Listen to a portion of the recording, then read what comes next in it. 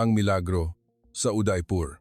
Hindi ka na muling makakalakad, maghanda ka na para sa buhay sa wheelchair. Ito ang huling paghuhukom ng 12 pinakamagaling na doktor sa mundo. Ang mga nerve fibers sa ibaba ng tuhod ni Prinsesa Aditi, isa sa mga maharani ng Udaipur, India, ay ganap na nawasak. Ito ay isang kalagayan na lampas sa kakayahan ng modernong medisina. Sa sandaling iyon, isang 21 taong gulang na Pilipinang healthcare assistant ang nakatayo sa sulok ng silid ng pasyente. Maya de la Cruz ang pangalan niya. Naglakas loob siyang magsalita. Maaari po bang bigyan ninyo ako ng isang pagkakataong tingnan ang prinsesa? Ano ang alam ng healthcare assistant na ito mula sa Pilipinas? Hindi ka pinahihintulutang hawakan ng prinsesa. Saglit na katahimikan ang bumalot sa silid. Ngunit nang ilapat ni Maya ang kanyang kamay sa malamig na tuhod ng prinsesa, ang katahimikan ay naging pagtataka. Ang mga daliri ni Maya ay nakaramdam ng isang bagay na hindi nakita ng mga kagamitang medikal na nagkakahalaga ng milyon-milyong piso. At may isa pang tao sa silid na nakatingin ng may mas malamig na mata kaysa sinuman, ang mismong Prinsesa Aditi. Huwag kang humawak sa akin, wala kang karapatang hawakan ang katawan ko, isang tulad mo. Sa sandaling iyon, walang sinuman sa silid ang nakaalam kung anong milagro ang iniwan ng lolo ng dalagitang iyon sa palasyong ito 50 taon na ang nakalipas. Ngayon, magsisimula ang kuwento ng 21 taong gulang na Pilipinang healthcare assistant na gumawa ng milagro sa mga binti ng isang prinsesa ng India na idineklara ng imposible ng pinakamagagaling na doktor sa mundo.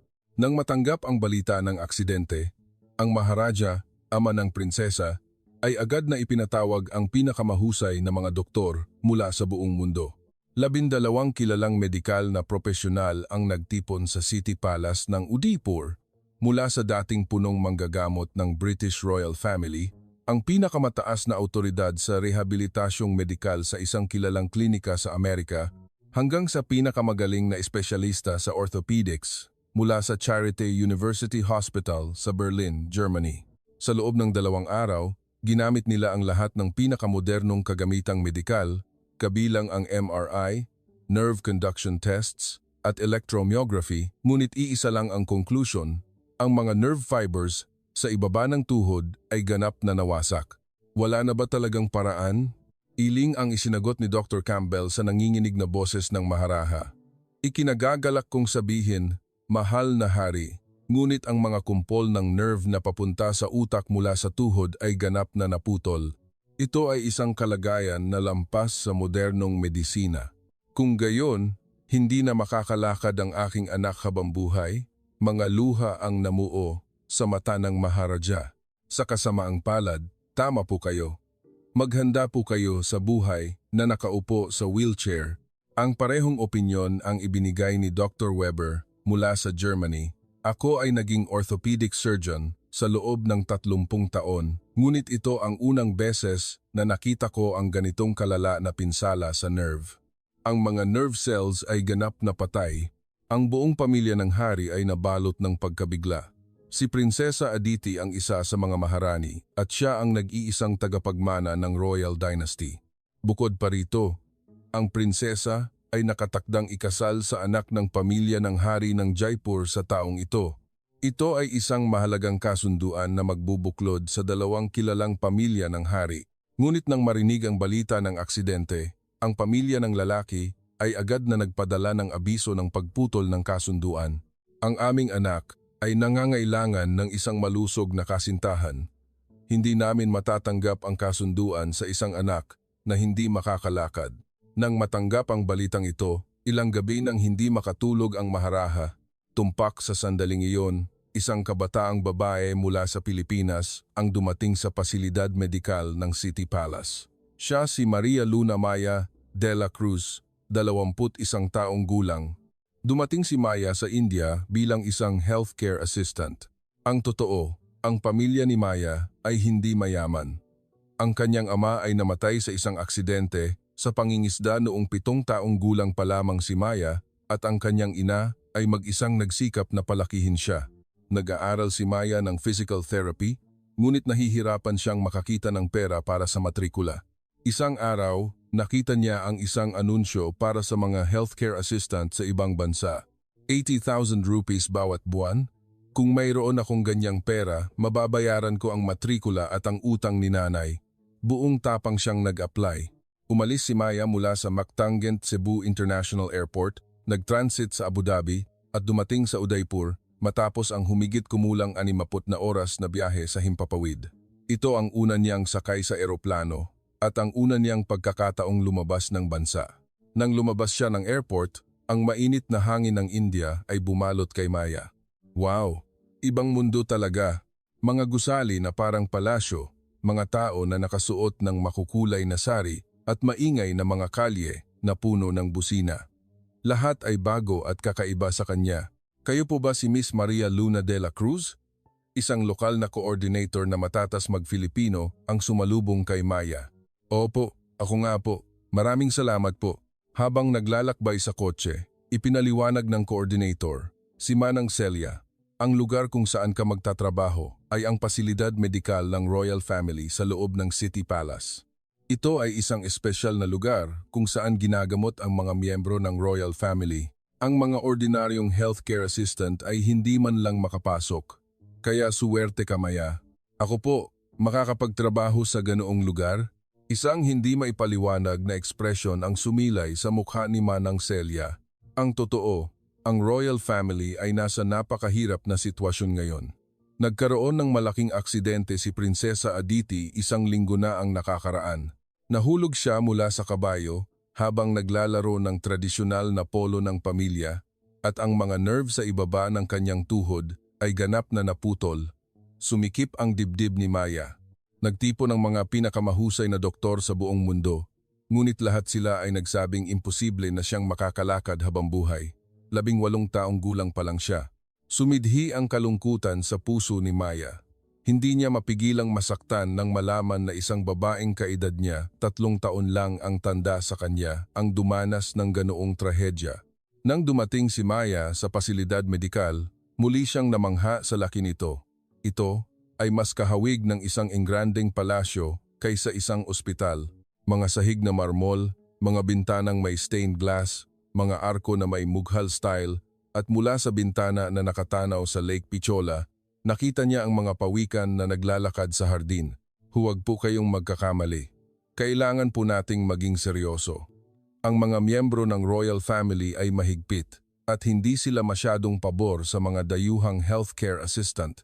Bulong ni Manang Celia.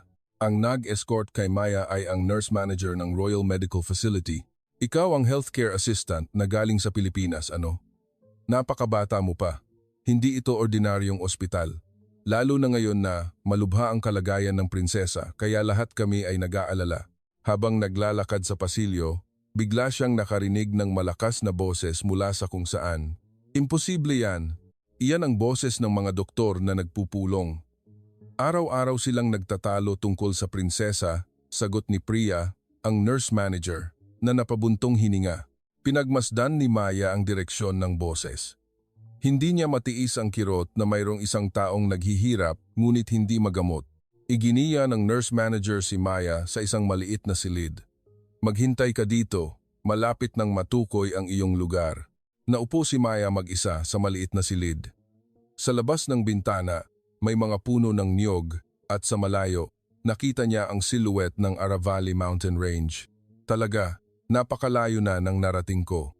Bigla niyang naalaala ang kanyang ina. Sa araw ng kanyang pag-alis, sinamahan siya ng kanyang ina sa Mactanggent Cebu International Airport. Maya, hindi mo alam ang lugar, ngunit alam kong kaya mo. Pati si Lolo ay nagbabantay mula sa langit. Ang lolo ni Maya ay nagmula sa isang liblib na isla sa Palawan. Siya ay ipinanganak at lumaki doon. Nawalan siya ng pamilya sa isang bagyo noong 1945 at nag-iisa siyang nakaligtas sa isang evacuation center. Dumanas siya ng lahat ng uri ng paghihirap sa panahong iyon. Ngunit ang kanyang lolo ay may kakaibang talento. Ito ay ang tradisyonal na hilot na matagal nang ipinasa sa kanilang pamilya. Ang ama ng kanyang lolo, ang kanyang lolo sa tuhod, ay dating isang manghihilot na pinagkakatiwalaan ng mga datu at lokal na pinuno noong unang panahon sa kanilang lugar.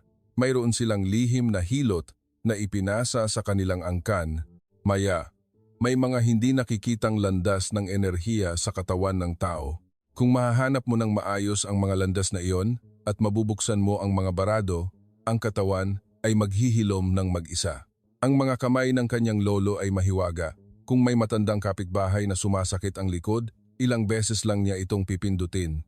At para bang nagulat, nawawala ang sakit.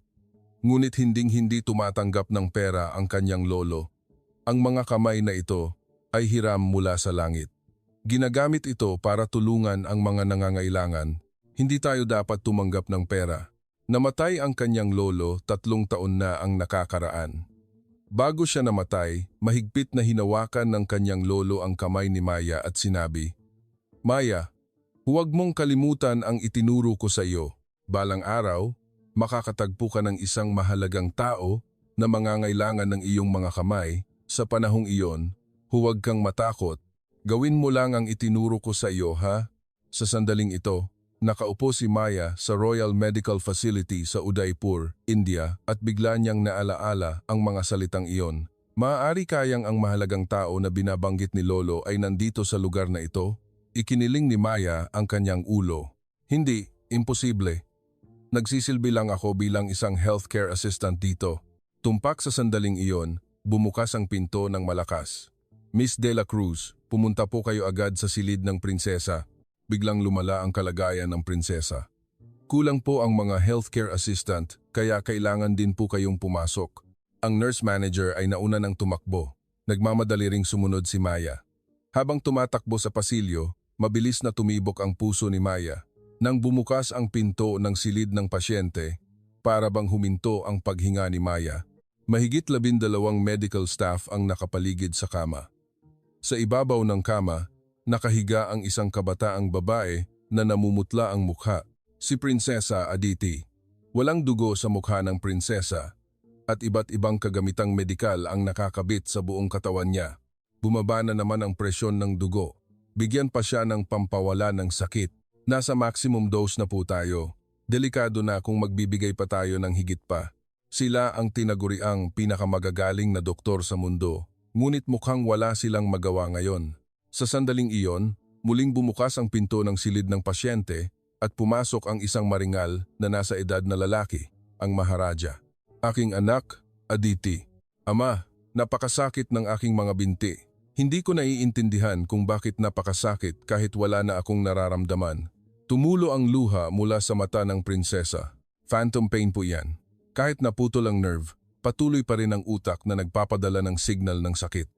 Walang paraan para itigil ito, paliwanag ni Dr. Moreau mula sa France. Kaya ba, kailangan ng prinsesa na magpatuloy sa paghihirap ng ganito? Paumanhin, ngunit ganoon nga po. Patuloy ang sakit na ito hanggat hindi bumabalik ang nerve. Nakinig si Maya sa usapan at naalaala ang mga salita ng kanyang lolo. "Maya, ang mga doktor sa kanluran ay naniniwala lang sa mga nakikita nila. Sinasukat nila sa makina at nagpapasya sa pamamagitan ng numero, ngunit ang katawan ng tao ay hindi ganoon kasimple." Pinagmasdan ni Maya ang mga binti ng prinsesa, ang maputla at malamig na mga tuhod na sumisilip sa puting kumot. Kakaiba, hindi niya maalis ang kanyang tingin sa mga binti.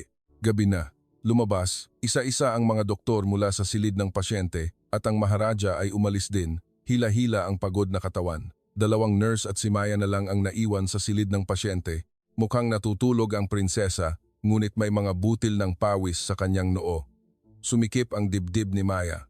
Kinagabihan, hindi nakatulog si Maya nang makabalik siya sa kanyang kwarto sa pasilidad. Ang naghihirap na mukha ng prinsesa ay patuloy na nakaukit sa kanyang isipan at hindi niya rin makalimutan ang mga tingin ng mga doktor na minamaliit siya. Wala ba talaga akong magagawa? Kinuha ni Maya ang isang luma at balat na notebook mula sa drawer. Ito ang notebook na iniwan ng kanyang lolo. Ang lokasyon ng mga acupuncture points, ang paraan ng pagbasa sa daloy ng enerhiya, lahat ng nilalaman na pinag-aralan at isinagawa ng kanyang lolo sa buong buhay niya ay nakasulat doon. Balikan natin ang kwento 2 linggo na ang nakakaraan. Sa isang lumang apartment sa Cebu City, Pilipinas, nakatira si Maya kasama ang kanyang ina. Nandito na ang tuition fee statement. Kinuha ni Maya ang statement at napabuntong hininga. 650,000 piso. Ang kanyang ina ay nagtatrabaho sa isang karinderya, nagluluto at nagsiserve. Araw-araw siyang umaalis ng alas 5 ng umaga at umuuwi ng alas 11 ng gabi. Dahil buong araw siyang nakatayo, laging maga ang kanyang mga paa. Kung umuwi ang kanyang ina sa gabi, lagi siyang minamasahe ni Maya sa kanyang mga paa, gamit ang paraan na itinuro ng kanyang lolo. Kapag minamasahe niya ang ilang partikular na bahagi ng paa, nakakagaan ang pakiramdam ng kanyang ina. Salamat sa iyo, Maya. Nawawala ang aking pagod. Si Maya ay nasa 3 taon ng physical therapy. Bukod sa pag-aaral, nagtatrabaho rin siya sa gabi sa isang convenience store. Mula alas 11 ng gabi hanggang alas 5 ng umaga. Ngunit ang kinikita niya sa part-time na trabaho ay hindi sapat. Ang balanse ng kanyang student loan ay umabot na sa 1.8 milyong piso. Isang araw, nakita niya ang anunsyo sa bulletin board ng universidad para sa healthcare assistant sa ibang bansa. Royal Medical Facility sa Udaipur, India. May kasamang pagkain at tirahan at bayad ang round-trip airfare. Sa isang orientation, sinabi ng kinatawan kay Maya, ang kontrata ay 6 na buwan. Kung magsisikap ka, makakatanggap ka ng 4.8 milyong piso. Hindi ka rin magbabayad ng buwis doon. Kinagabihan, kinakausap ni Maya ang kanyang ina. Nay, balak ko po sanang magtrabaho sa India ng kaunti. India? Saan iyon? Sa Udaipur po, sabi po. Makakakuha ako ng 8 milyong piso sa loob ng 6 na buwan. Tahimik lang ang kanyang ina sa loob ng ilang sandali. Pagkatapos, mahinahon niyang sinabi, Maya, huwag kang mag-alala sa akin. Magpatuloy ka sa pag-aaral mo sa universidad. Nay, gusto ko po talagang gawin ito. May natutunan din ako kay Lolo at gusto ko ring magkaroon ng karanasan sa ibang bansa. Hindi siya pinigilan ng kanyang ina. Sige, pero mag-ingat ka ha? Sa gabi, bago siya umalis, binuklat ni Maya ang notebook ng kanyang lolo habang nag-iisip. Ang lolo ni Maya, si Lolo Pedro de la Cruz, ay ipinanganak sa isang isla sa Palawan noong 1932. Ang kanyang lolo sa tuhod ay sinasabing isang manghihilot na gumagamot sa mga datu noong panahon ng lumang datu system at ang kanyang galing ay kinikilala. Pedro, ito ang lihim na ipinasa sa ating pamilya sa loob ng maraming henerasyon. Gamitin mo lang ito kapag may tunay kang hangarin na tumulong sa kapwa. Noong 1945, tinamaan ng bagyo ang Palawan. Si Lolo Pedro ay nag-iisang nakaligtas at nakarating sa isang evacuation center. Ang tanging dala niya ay isang lumang mapa ng mga acupuncture points na natanggap niya mula sa kanyang ama. Ang evacuation center ay puno ng mga nasugatan, walang gamot at kulang ang mga doktor. Mula noon, palihim na nagsimulang gamutin ni Lolo Pedro ang mga tao. Ang isang batang lalaki na hindi makagalaw ang paa dahil sa mga shrapnel ay nakakalakad na ulit at ang isang batang babae na nawalan ng boses dahil sa shock ng pambobomba ay nagsimulang magsalita muli. Lumaki si Maya sa tabi ng kanyang lolo mula pagkabata. Itinuro ng kanyang lolo ang mga pangunahing kaalaman ng acupuncture points. Subukan mong pindutin dito sa daliri. Nararamdaman mo ba? Narito ang daloy ng enerhiya. Ang Yongquan point sa talampakan, ang Hegu point sa likod ng kamay at ang Zusanli point sa ibaba ng tuhod. Dahil masaya ang paliwanag ng kanyang lolo, agad na natuto si Maya. Nang maging high school na siya, sinabi ng kanyang lolo, Maya, ikaw naman ngayon ang gumawa. Oh, masakit daw ang balikat ng ating kapitbahay na si Mang Tonyo. Nanginginig ang kamay ni Maya nang hawakan niya ito. Nang ipikit niya ang kanyang mga mata at mag-concentrate, may naramdaman siyang kakaiba. Napakatigas ng bahaging ito. Pagkalipas ng ilang minuto, inikot-ikot ni Mang Tonyo ang kanyang balikat at ngumiti. Wow, gumaan talaga ang pakiramdam ko. Hilingero ka, Maya. Ngunit nang maging high school siya, nagsimulang pagdudahan ni Maya ang paraan ng kanyang lolo. Habang nag-aaral ng siyensiya sa eskwelahan, naisip niya na hindi makasaysayan ang daloy ng enerhiya. Lolo, totoo po ba talaga ang mga enerhiya na iyan? Napatunayan po ba ng siyensiya? Maya, hindi lahat ng bagay sa mundong ito ay kayang ipaliwanag ng siyensiya lang. May kalungkutan sa mga mata ng kanyang lolo. Nang nasa unang taon si Maya sa universidad, biglang bumagsak ang kanyang lolo. Ito ay cerebral hemorrhage. Lumipas ang 1 linggo at sinabi ng doktor Maaaring kailangan na ng pamilya na magpaalam. Kinagabihan, umiyak si Maya habang hawak ang kamay ng kanyang lolo. Lolo, patawarin niyo po ako. Hindi ko po pinahahalagahan ang mga turo ninyo. Pinagtawanan ko pa po na hindi makasaysayan. Tumpak sa sandaling iyon, bahagyang gumalaw ang daliri ng kanyang lolo. Dahan-dahan niyang iminulat ang kanyang mga mata at sinabi, "Makinig ka, Maya. Huwag na huwag mong kakalimutan ang itinuro ko sa iyo. Iyan ay karunungan na pinag-aralan at isinagawa ng ating mga ninuno sa loob ng libu-libong taon.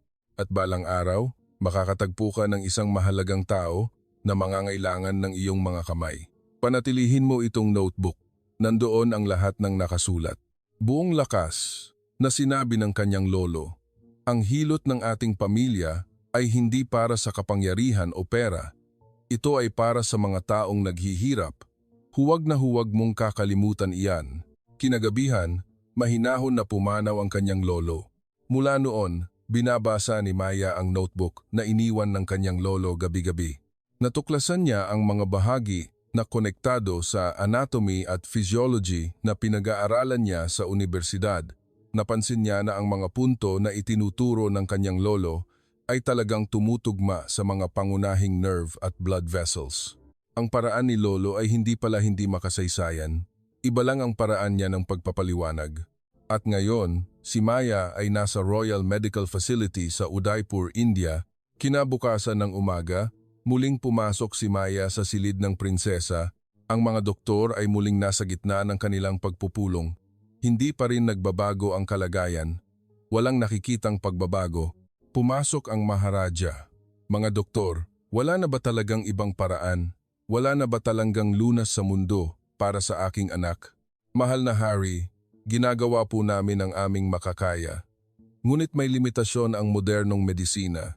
Nakinig si Maya sa usapan at mahigpit na kinuyom ang kanyang kamao. Limitasyon? Talaga bang limitasyon?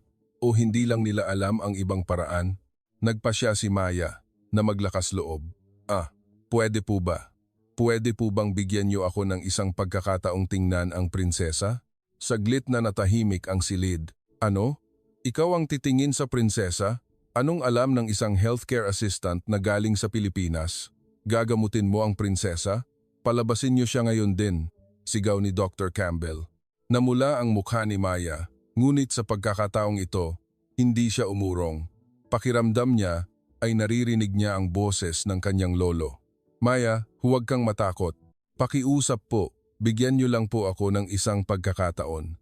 Hindi ko po gagawin ang anumang makakasama sa prinsesa. May paraan po na itinuro sa akin ng aking lolo. Sa pamamagitan ng paghawak at pagdama sa daloy ng enerhiya," nagtawanan ng mga doktor. "Daloy ng enerhiya? Ha ha ha. Hindi ito medieval times." Ngunit sa sandaling iyon, teka, tinaas ng Maharaja ang kanyang kamay. Lahat ay tumingin sa Maharaja. Pakinggan natin ang sinasabi ng dalagang ito. "Mahal na Hari, napakadelikado po niyan. Ngayon na naghihirap ang aking anak ng ganito, ano pa ang mas delikado? Wala na rin naman tayong ibang paraan, hindi ba?" Sa matibay na boses ng Maharaja, natahimik ang mga doktor. "Maya, maipapangako mo ba na hindi mo sasaktan ang aking anak?" "Opo, ipinapangako ko po." "Sige, gawin mo." Sa sandaling iyon, narinig ang malamig na boses ni Prinsesa Aditi mula sa kama. "Kahit anong sabihin mo, Ama, hindi ako naniniwala sa taong ito." Napuno ng tensyon ang silid. Isang healthcare assistant lang na nagpapanggap na doktor. Nakakatawa. Ang mga mata ng prinsesa ay kasing lamig ng yelo habang nakatingin kay Maya. Ngunit ang Maharaja ay mahinahon, ngunit matibay na nagsalita. "Aditi, sinabi ng mga doktor na imposible. Kung gayon, kailangan nating subukan ang mga paraan na hindi imposible. Pakiusap, tanggapin mo ito kahit minsan lang."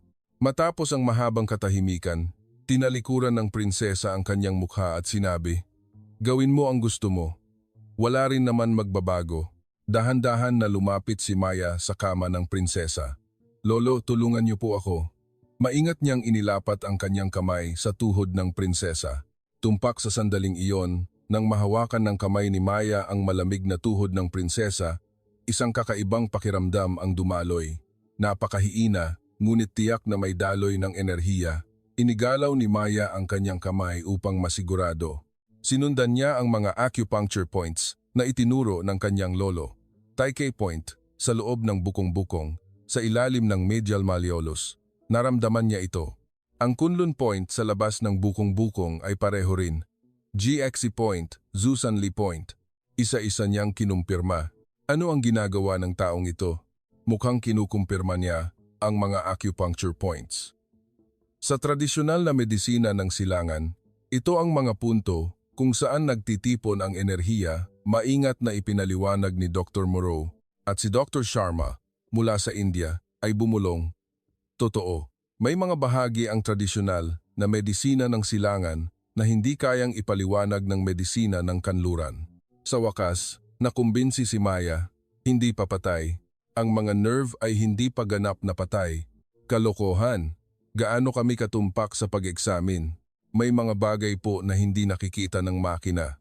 Direkta ko po itong naramdaman sa aking kamay. Napakahiina, ngunit tiyak na may daloy ng enerhiya. Hinawakan ni Dr. Williams ang kanyang baba at nag-isip. Katulad ito ng teorya ng nerve shock, isang phenomenon kung saan ang nerve ay pansamantalang huminto sa paggana dahil sa trauma. Hindi ito ganap na naputol, ngunit ang electrical signals ay hindi makadaan. Sa sandaling iyon, nakatingin sa malayo ang prinsesa at mahinang nagsalita. May naramdaman ako. Lahat ay tumingin sa prinsesa. Hindi ko masyadong naiintindihan, ngunit habang hinahawakan ng taong ito ang aking mga binti, may naramdaman akong init. Napakahiina lang, ngunit matapos sabihin ito, nagmamadaling idinagdag ng prinsesa, pero hindi dahil sa iyo iyon. Nagkataon lang. Maaaring placebo effect iyan, iginiit ni Dr. Campbell, ngunit nakumbinsi si Maya. Hindi papatay ang nerve ng prinsesa. Papagisingin ko po iyan. Gaano katagal iyan? Tanong ng Maharaja. Hindi ko po alam. Ngunit gagawin ko po ang lahat ng makakaya ko. Sige. Mag-uulat ka ng progreso minsan sa isang araw. At kung walang pagbabago, sa loob ng 3 araw, ititigil mo na. Humugot ng malalim na hininga si Maya. Naalaala niya ang mga hakbang na nakasulat sa notebook ng kanyang lolo. Prinsesa, magpipindot po ako sa ilang lugar. Maaring masakit ng kaunti. Nakatalikod ang prinsesa at sinabi na parang sa sarili, kailangan ko lang tanggapin dahil nandito si ama at ina. Wala akong inaasahan. Sinimulan niya sa Taikei point, sunod ang Kunlun point, GXC point, at Zusanli point. Bawat punto ay pinindot niya ng 10 segundo sa presyon na kayang tiisin ng pasyente. Ang mga doktor na nakamasid sa kamay ni Maya ay napahanga. Ang tumpak niya, ang Taikei point ay kung saan dumadaan ang tibial nerve at ang Kunlun point ay malapit sa common peroneal nerve. Napakatumpak. Para maging aksidente lang. Pagkalipas ng humigit kumulang 20 minuto, biglang sumigaw ang prinsesa. Ayos lang po ba kayo? Hindi masakit, pero nakuryente ako. Parang may dumaloy na kuryente. Talaga po? Kung gayon, ibig sabihin po ay gumigising na ang nerve. Saglit na lumingon ang prinsesa kay Maya, ngunit agad na inalis ang tingin. Maaring guni-guni lang. Matapos ang unang 30 minutong paggamot, sinabi ni Maya, maaari po bang subukan ninyong igalaw ang inyong mga daliri sa paa? Ipinikit ng prinsesa ang kanyang mga mata at nag-concentrate. Lahat ng nasa silid ay pinigilan ang hininga at nagmasid. Lumipas ang 10 segundo. Walang nangyari. Wala talaga. Napabuntong hininga si Dr. Campbell. Ngunit sa sandaling iyon, bahagyang gumalaw ang malaking daliri ng paa ng prinsesa. Gumalaw ang malaking daliri. Sigaw ni Dr. Williams. Paano nangyari ito? Hindi maipaliwanag ng medikal ang ganitong pagbabago sa loob ng 30 minutong paggamot. Pero ito ang katotohanan, mahinahon na sabi ni Maya. Salamat lolo, hindi makapaniwala ang prinsesa habang nakatingin sa kanyang mga paa. May pagtataka sa kanyang mga mata, may pagkalito, at sa isang sandali tila may umilaw na pag-asa. Ngunit agad niyang tinaboy iyon at muling tinalikuran ang kanyang mukha. Lumapit ang Maharaja kay Maya at hinawakan ang kanyang kamay. Salamat, maraming salamat talaga. Ikaw ang nagbigay ng pag-asa sa aking anak. Kinagabihan, bumalik si Maya sa kanyang silid sa dormitoryo at binuksan ang notebook ng kanyang lolo. Isinulat niya isa-isa ang mga naranasan niya ngayong araw. Lolo, maayos ko po bang ginagawa? May hangin na umihip mula sa labas ng bintana. Para bang sumasagot ang kanyang lolo. Kinabukasan ng umaga, nang dumating si Maya sa pasilidad medikal, may kakaibang tensyon. Miss De La Cruz, kailangan po nating mag-usap. Napagdesisyunan po namin na itigil ang inyong paggamot. Bakit po? Hindi po ba gumalaw ang daliri ng paa ng prinsesa kahapon? Yan mismo ang problema. Ilang beses na nagkaroon ng muscle spasm sa gabi dahil iyan sa sapilitan mong pagpapagana ng nerve. Hindi po, maaari po itong bahagi ng proseso ng paggising ng nerve. Hindi ka doktor. Wala ka ring kaalaman sa neurology, hindi ba? Nawalan ng salita si Maya. Sa sandaling iyon, lumitaw ang maharani mula sa dulo ng pasilyo. Anong nangyari? Narinig ko na sinabihan niyo si Maya na itigil ang paggamot. Opo, mahal na Reyna, dahil po sa kaligtasan, itinaas ng maharani ang kanyang kamay upang pigilan sila. Alam niyo ba ang sinabi ng aking anak? Kaninang umaga, agad na sinabi ni Aditi sa akin nang magising siya. Sa unang pagkakataon sa loob ng 1 linggo, nakatulog ako ng mahimbing. Naging mas magaan daw ang sakit. Nabulabog ang mga doktor. Hindi lang iyon. Sa loob ng 1 linggo, gusto kong mamatay lang ang sinasabi ng anak ko. Ngunit kaninang umaga, sinabi niya, gusto kong makalakad ulit. Tinanong pa niya kung kailan siya muling makakagamot. Mga doktor, naintindihan niyo ba kung gaano kalaki ang pagbabago iyon? Ngunit, mahal na Reyna, sa medikal na aspeto. Sa medikal na aspeto, iniwan niyo na ang aking anak, hindi ba? Sinabi niyo na hindi na siya makakalakad habang buhay. Ngunit ang batang babaeng ito mula sa Pilipinas ay nagbigay ng pag-asa. Sa loob lamang ng 1 araw, walang masabi ang mga doktor. Pinapayagan ko na ipagpatuloy ang paggamot ni Miss De La Cruz. Nakahinga ng maluwag si Maya sa pahintulot ng maharani. Nang hapong iyon, pumasok si Maya sa silid ng prinsesa. Gising ang prinsesa at nang makita si Maya, muli niyang tinalikuran ang kanyang mukha, ngunit may iba na sa kanya. Ang matatalas na tingin ay tila bahagyang lumambot. Maya, magagamot mo pa ba ako ngayon? Iyon ang boses ng maharani. Tinanong niya sa ngalan ng prinsesa. Nakatingin sa labas ng bintana ang prinsesa at mahinang bumulong. Gawin mo ang gusto mo. Ngayon, mas matindi ang presyon na ibinigay ni Maya kaysa kahapon. Nang pindutin niya ang Taikei Point, huminga ng malalim ang prinsesa. Hindi masakit, pero nakuryente ako. Parang may dumaloy na kuryente. Talaga po? Kung gayon, patunay po yan na gumigising na ang nerve. Saglit na lumingon ang prinsesa kay Maya, ngunit agad na inalis ang tingin. Nagkataon lang. Matapos ang 40 minutong paggamot, nagmungkahi si Maya. Gusto niyo po bang subukan ninyong igalaw ang inyong mga daliri sa paa? Bahagyang tumango ang prinsesa. Nag-concentrate siya at pagkalipas ng ilang sandali, hindi lang ang malaking daliri, kundi pati na rin ang hintuturo ay bahagyang gumalaw. Nang subukan niya ulit, gumalaw ang 3 daliri, lumaki ang mga mata ng prinsesa, ngunit wala siyang sinabi kay Maya, nakatingin lang siya sa kanyang mga paa. Kinagabihan, isinagawa ang nerve conduction test. Si Dr. Campbell mismo ang gumawa ng pagsusuri. Kakaiba. Ano po? Nakadetect ng signal. Napakahiina, ngunit tiyak na dumadaan ang electrical signal. Sa pagsusuri kahapon, wala talagang na-detect. Nagpapakita ito ng humigit kumulang 15% conduction rate sa tibial nerve at humigit kumulang 10% sa common peroneal nerve. 2 araw na ang nakakaraan. 0% ito. Nagtinginan ang mga doktor.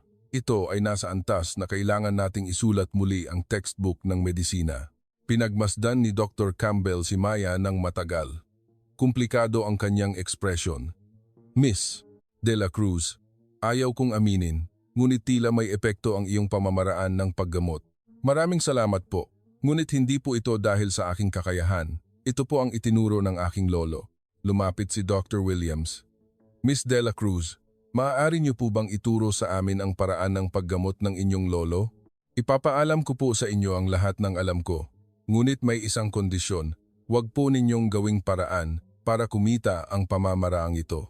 Gamitin niyo lang po ito para sa mga pasyenteng tunay na nangangailangan ng tulong. Mula kinagabihan, nagsimulang ituro ni Maya sa mga doktor ang paraan ng paggamot ng kanyang lolo. Masigasig na nag-aral ang mga doktor. Ito ay talagang kahanga-hangang kaalaman. Kung pagsasamahin natin ito sa medisina ng kanluran, makakabuo tayo ng isang napakalaking synergy effect. Sambit ni Dr. Moro. Lumipas ang ilang araw. Unti-unting gumanda ang kalagayan ng prinsesa. Nagawa niyang igalaw ang lahat ng 5 daliri sa paa at unti-unti ring gumalaw ang kanyang bukong-bukong. Dahan-dahan ding bumalik ang kanyang pakiramdam. At nagpakita rin ng pagbabago ang ugali ng prinsesa. Hindi na siya nagtatapon ng matatalas na salita. Sa panahon ng paggamot, dati ay laging nakatalikod siya. Ngunit ngayon, minsan ay masigla siyang nakatingin sa mga kamay ni Maya. Hindi pa siya nakikipag-usap, ngunit alam ni Maya na kapag pumapasok siya sa silid, bahagyang gumagaan ang katawan ng prinsesa. Sa ika-5 araw, sa unang pagkakataon, nagsalita ang prinsesa ng mag-isa. Ngayon, susubukan kong maglagay ng puwersa sa aking mga binti. Ibinaba niya ang kanyang mga binti sa gilid ng kama at naglagay ng puwersa sa talampakan. Sa simula ay nanginginig ito, ngunit pagkalipas ng humigit kumulang 20 segundo, dumikit ang kanyang talampakan sa sahig. Nagawa ko, bulong ng prinsesa. Napakahina ng kanyang boses, ngunit wala na roon ang lamig. Kinagabihan, nang magkasama na lang sina Maya at ang prinsesa sa silid, mahinang nagsalita ang prinsesa. Hoy, opo, prinsesa, may gusto akong itanong sa iyo. Ano po iyon? Napakatindi ng sinabi ko sa iyo, hindi ba? Ang healthcare assistant lang na nakakatawa, na hindi ko paniniwalaan. Maya ay tahimik na naghintay sa susunod na sasabihin ng prinsesa, ngunit hindi ka kailanman nagalit. Bakit? Nag-isip si Maya sandali at sumagot. Hindi po sa hindi ako nagalit. Sa totoo lang, nasaktan po ako. Ngunit naisip ko po na hindi sa akin galit ang prinsesa. Hindi po ba't ang prinsesa ay galit talaga dahil hindi gumagalaw ang kanyang mga binti? At dahil wala po siyang mailabasang galit, nagkataon lang po na sa akin ito napunta. Kaya po, hindi ko na lang po pinansin. Sa loob ng ilang sandali, walang masabi ang prinsesa. Sa huli, itinulak niya ang kanyang mukha sa unan at mahinang sinabi, "Patawarin mo ako." Iyon ang unang pagkakataon na humingi ng tawad si Prinsesa Aditi sa kanyang buhay. Dahan-dahan na lumapit si Dr. Campbell kay Maya. Miss De La Cruz, taos-puso akong humihingi ng paumanhin sa paghamak ko sa iyo noong una. Nahusgahan kita sa iyong panlabas na anyo. Ang iyong lolo ay tunay na isang dakilang tao. Sa ika-15 araw. Maya, ngayon, gusto ko talagang tumayo. Ito mismo ang sinabi ng prinsesa. Hindi na niya sinabi na gawin mo ang gusto mo o wala rin naman magbabago. Nais niyang tumayo sa kanyang sariling kagustuhan. Nagtipon ang mga miyembro ng royal family at lahat ng doktor. Inalalayan ni Maya ang prinsesa mula sa isang tabi at ang isang nurse mula sa kabilang tabi. 1, 2, 3, daan-dahan na tumayo ang prinsesa. Nanginginig ang kanyang mga binti, ngunit nakayanan niya. Hindi bumagsak ang kanyang mga tuhod. Nakatayo ang prinsesa sa kanyang sariling mga paa. Napuno ng sigawan ang silid ng pasyente. Sumigaw ang maharani at umagos ang luha mula sa mata ng maharaha. Nagawa ko, nakatayo na talaga ako. Lumingon ang prinsesa kay Maya. Wala na ang lamig ng yelo sa kanyang mga mata. Sa halip may mga luha na halos umagos at nanginginig na labi. Maya, iyon ang unang pagkakataon na tinawag ng prinsesa ang pangalan ni Maya. Hindi ikaw o healthcare assistant, kundi ikaw. Napakarami kong masasamang sinabi sa iyo. Napakarami. Ako ay mapagmataas. Minamaliit kita at hindi ko pinaniwalaan. Ngunit araw-araw kang dumating. Araw-araw, inilapat mo ang iyong kamay sa aking mga binti. Dumaloy ang luha sa pisngi ng prinsesa. Salamat. Maraming salamat talaga. Nagyakapan nang matagal ang 2 kabataang babae at umiyak ang 28 taong gulang na prinsesa at ang 21 taong gulang na healthcare assistant. Magkaiba sila ng antas at magkaiba ng bansa. Ngunit sa sandaling ito, magkasama silang nagbahagi ng kagalakan. Sa ika-20 araw, sa wakas ay gumawa ng unang hakbang ang prinsesa. 1, 2, 3, hanggang 10 hakbang. Mula sa isang gilid ng silid hanggang sa kabilang gilid, sa sandaling iyon, lahat ng naroroon ay lumuha sa kagalakan. Salamat Maya. Muli mo akong binigyan ng dahilan para mabuhay. Nagawa po iyan dahil hindi po sumuko ang prinsesa. Umiling ang prinsesa. Hindi. Sumuko na ako. Naisip ko pa ngang mamatay. Kung hindi ka dumating, marahil ay nasa kama pa rin ako at desperado. Sa ika-4 na pong araw, nagmungkahi ang prinsesa kay Maya. Maya, gusto mo bang mamasyal tayo ngayon? Lumabas tayo ng pasilidad. Lumabas sila sa gate ng pasilidad. Umupo sila sa isang terrace cafe sa tabing ilog ng Lake Pichola, nakaharap sa isa't isa. Ang Lake Palace Hotel ay nagniningning sa ibabaw ng lawa at ang paglubog ng araw ay nagkulay ginto sa ibabaw ng tubig. Matapos mag-order ng tse, seryosong nagtanong ang prinsesa, "Nung una tayong magkita, akala mo ba talaga ay kaya mo akong gamutin?" Sa totoo lang, hindi po ako sigurado. Ngunit naniniwala po ako kay Lolo at labis po akong naawa sa prinsesa. Nang makita ko po ang isang taong kaedad ko na ganoon kadesperado, hindi ko po mapigilang gawin ang anumang makakaya ko. Ang damdaming iyon ay mas malaki kaysa sa takot. Hinawakan ng prinsesa ang tasa ng tsay sa 2 kamay at mahinahon na sinabi, Noong una, hinamak kita. Sasabihin ko ng totoo, anong kayang gawin ng batang babaeng ito? Isang healthcare assistant lang. Alam ko na seryoso ang mga salitang iyon. Ngunit hindi ka nagalit, hindi mo rin ako iniwan. Gaano man kasama ang mga sinabi ko, kinabukasan ay dumating ka pa rin at inilapat ang iyong kamay sa aking mga binti. Hindi ko iyon maintindihan. Direktang tiningnan ng prinsesa ang mga mata ni Maya. Kung wala ka, marahil ay nasa kama pa rin ako at sinasabi, gusto kong mamatay. Prinsesa, aditi na lang. Magkaibigan na tayo, hindi ba? Sa ika-50 araw, ganap na gumaling ang prinsesa. Nagawa na niyang maglakad ng malaya, tumakbo at umakyat sa hagdan. Ang nerve conduction rate ay bumalik na sa 95% ng normal na halaga. Isang milagro, deklara ni Dr. Campbell. Sa sandaling iyon, lumuhod si Prinsesa Aditi sa harapan ni Maya. Sa harap ng lahat. Ang isang miyembro ng royal family na lumuhod sa harapan ng sinuman ay walang katulad. Lahat ng nasa paligid ay napasinghap. Maya, makinig ka. Mula nang ako ay ipanganak, hindi pa ako kailanman lumuhod sa sinuman dahil ako ay isang prinsesa. Ngunit ngayon, taos-puso kong gusto itong gawin. Mahal na prinsesa, pakiusap. Huwag po, hindi lang ang aking mga binti ang pinagaling mo, kundi pati na rin ang aking puso. Ako ay mapagmataas, pangit ang ugali, at alam ko lang na hamakin ang ibang tao. Ikaw ang nagturo sa akin na ang tunay na lakas ay nasa kabaitan. Nanginginig ang boses ng prinsesa. Salamat sa pangalawang beses mong pagliligtas sa aking buhay, sa pagpapagaling mo sa aking mga binti, at sa pagiging isang bagong tao. Hinawakan ni Maya ang kamay ng prinsesa at pinatayo siya. Wala po akong ginawang espesyal. Ang Prinsesa Aditi po mismo ang nagnais na magbago, kaya po siya nagbago. Muling nagyakapan ang dalawa habang lumuluha. Nang gabing iyon, nagkaroon ng engrandeng pagdiriwang sa palasyo.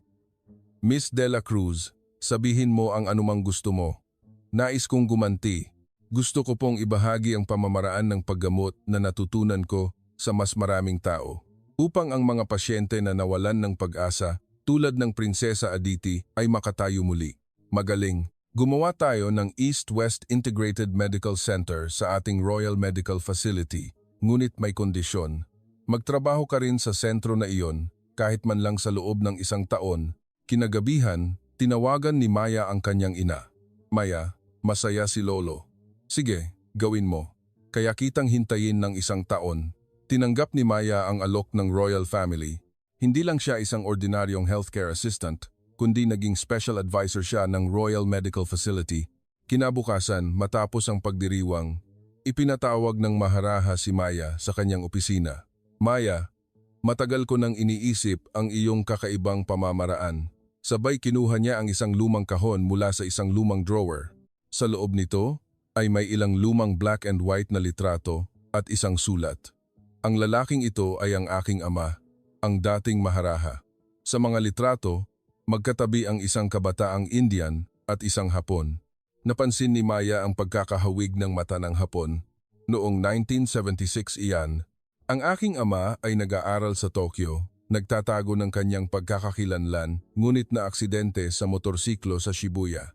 Malubha ang pinsala sa kanyang spinal cord. Lahat ng ospital sa Japan ay nagsabing hindi na siya makakalakad habang buhay. Kinilabutan si Maya, kagaya po ng sitwasyon ni Aditi. Tama, ngunit isang milagro ang nangyari. Isang hapon na lalaki ang dumalaw sa ospital ng gabing iyon at humiling na magamot. Walang karayom ang ginamit, mga kamay lang niya ang pumindot sa ilang partikular na bahagi, eksaktong kapareho ng ginawa mo kay Aditi. Ang aking ama ay nakakalakad muli sa loob ng 3 linggo. Kilala po ba ninyo kung sino ang taong iyon? Binanggit lang niya ang kanyang pangalan at naglaho, Pedro de la Cruz, para bang huminto ang puso ni Maya. Iyan po ang pangalan ng aking lolo. Lumaki ang mga mata ng Maharaja. Ang taong nagligtas sa aking ama 50 taon na. Ang nakakaraan ay ang iyong lolo at ngayon, ikaw ang nagligtas sa aking anak. Hindi ito maaaring maging aksidente. Kinuha ng Maharaja ang isang maliit na sisidlan na gawa sa kahoy. Sa loob nito ay isang kahangahangang Mughal-style emerald bracelet. Ito ang ipapadala sana ng aking ama sa kanya. At iningatan sa loob ng 50 taon. Sa wakas, dumating na ito sa may-ari nito. Ngunit patay na po ang aking lolo. Ikaw, ang apo ng iyong lolo, ang karapat-dapat tumanggap nito. Ilagay mo ito sa puntod ng iyong lolo. Kinuha ng Maharaja ang isang sulat. Nakasulat ito sa malalim na Filipino. Mahal na G. Pedro de la Cruz, salamat po sa inyo. Muli na po akong nakakalakad. Hindi ko po makakalimutan ang inyong kabutihan habang buhay. Nais ko po kayong muling makita at magpasalamat. Umagos ang luha mula sa mata ni Maya. Lolo, hinanap po kayo ng mahal na hari sa buong buhay niya. 50 taon na ang nakalipas. Ang binhi na itinanim ng iyong lolo ay namulaklak sa pamamagitan mo. Naintindihan na ngayon ni Maya ang kahulugan ng huling salita ng kanyang lolo.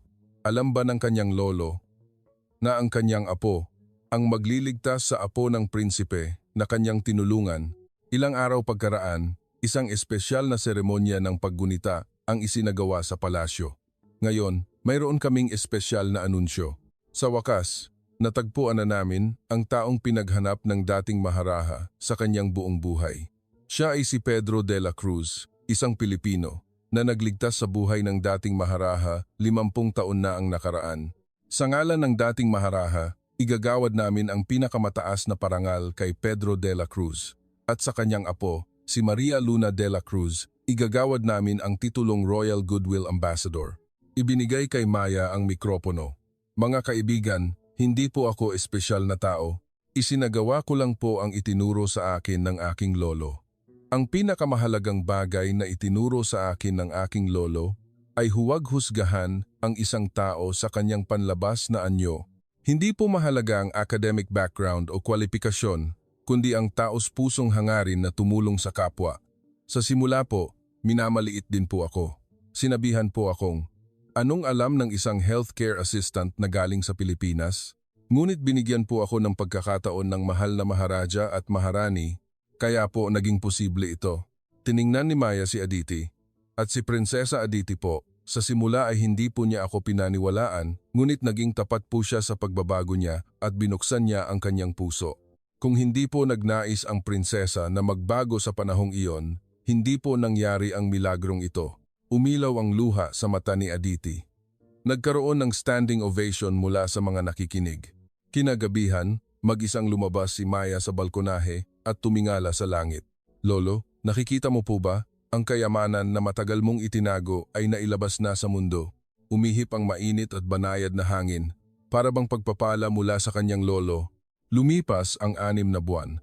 Nagtrabaho si Maya sa Royal Medical Facility. Ang East-West Integrated Medical Center ay nagkaroon ng malaking tagumpay. Maraming pasyente ang dumalaw at marami ang gumaling. Sa gabi bago siya umuwi, nagkaroon ng farewell party sa palasyo. Miss de la Cruz, maraming salamat talaga. Ikaw ang aming tagapagligtas at kaibigan. Laging isipin na ito ang iyong pangalawang tahanan. Niyakap ni Aditi si Maya nang mahigpit sa huli. Bumalik ka ulit, ha? Pangako. Inabot ni Dr. Campbell ang isang libro. Ito ang treatment manual na pinagsama-sama namin. Ito ay pinagsamang karunungan ng iyong lolo. at ng medisina ng kanluran, inilagay ko ang iyong pangalan bilang lead author. Sa cover, nakasulat, East-West Integrated Neuro-Rehabilitation Therapy ni Maria Luna de la Cruz et al. Nang dumating si Maya sa Mactanggent Cebu International Airport, naghihintay ang kanyang ina. Sa loob ng 6 na buwan, ngayon lang sila muling nagkita. Maya, nanay, matagal na nagyakapan ang mag-ina at umiyak. Napakagandang bagay ang nagawa ng anak ko. Hindi naman po. Sinunod ko lang po ang turo ni Lolo. Kinabukasan, binisita ni Maya at ng kanyang ina ang puntod ng kanyang lolo sa kanilang isla. Inilagay niya ang emerald bracelet sa harap ng munting libingan. Lolo, nandito na po ako. Ginagamot ko po ang apo ng taong tinulungan nyo, 50 taon na ang nakakaraan. Kakaiba, hindi po ba? Para bang ikinonekta nyo po ang lahat. Umihip ang hangin. Pakiramdam niya ay sagot ito ng kanyang lolo. 5 taon pa ang lumipas. Nagtatrabaho si Maya sa rehabilitasyon ng Philippine General Hospital habang 4 na buwan sa 1 taon ay pumupunta siya sa India upang tumulong sa mas maraming pasyente. Naging magkapatid na sina Aditi at Maya. Itinatag ni Aditi ang isang pundasyon na sumusuporta sa rehabilitasyon ng mga may kapansanan sa India at tinutulungan niya ang mga taong nawalan ng pag-asa tulad ni Maya na nag-abot sa kanya ng tulong noong nasa kailaliman siya ng kawalan ng pag-asa. Isang araw, nagkaroon si Maya ng special lecture sa kanyang alma mater. Mga kaibigan, hindi po ako espesyal na tao. Pareho lang po ako sa inyo, isang estudyante ng physical therapy. Ngunit may isang bagay po akong natutunan mula sa aking lolo, ang taos-pusong hangarin na tumulong sa kapwa. Profesor, may pinagsisisihan po ba kayo? Tanong ng isang estudyante. Kung ang layunin ko po ay maging sikat, marahil ay pinagsisihan ko. Ngunit ang layunin ko po ay tulungan ang mga pasyente. Mas mahalaga po kaysa academic background o kwalifikasyon ang taos-pusong pagharap sa pasyente. Kung mayroon kayong taos-pusong hangarin, maaari rin po kayong makagawa ng milagro. Nang gabing iyon, binisita ni Maya ang puntod ng kanyang lolo sa kanilang isla. Lolo, sa wakas ay naiintindihan ko na, hindi lang pala tungkol sa healing technique ang gusto mong ituro sa akin. Ang puso na humaharap sa tao, ang pagpapakumbaba, ang pagiging matiyaga, at ang purong damdamin na hindi naghahanap ng kapalit. Iyon pala ang simula ng tunay na pagpapagaling. Ngayon lang po ako nakaramdam ng pagkaunawa. Umihip ang hangin. Pakiramdam niya ay ang mainit na kamay ng kanyang lolo. Sa mundong ito, marami pa rin ang humuhusga sa tao batay sa panlabas na anyo. Hinahamak nila ang mga kabataan, ang mga walang academic background, at ang mga hindi sikat, ngunit ang tunay na halaga ng isang tao ay hindi nakabatay sa mga bagay na iyon. Ang tunay na mahalaga ay ang purong puso na nagnanais na tumulong sa ibang tao. Ang maliit na kamay ng isang ordinaryong 21 taong gulang na estudyante ay nagpagaling sa isang pasyente na isinuko na ng mga kilalang doktor sa buong mundo. Marahil, ngayon, sa kung saan, may mga taong may kakaibang kapangyarihan na hindi katulad ng kanilang panlabas na anyo, na nasa tabi lang natin, ang mapansin sila, bigyan sila ng respeto at magbigay ng pagkakataon. Hindi ba yan ang pinakamahalagang aral na dapat nating matutunan? Sa ilalim ng kalangitan na puno ng bituin, tahimik na nangako si Maya sa kanyang puso. Lolo, ipagpapatuloy ko po ang inyong hangarin. Maraming salamat sa inyong pagsama sa mahabang kwentong ito hanggang sa huli. Kung maaari po, mag-iwan kayo ng isang komento. Kung saan niyo po ito pinakinggan, malaking tulong po iyan sa akin. Sana po, laging may kapayapaan at ginhawa sa inyong araw, tulad ng isang payapang hapon.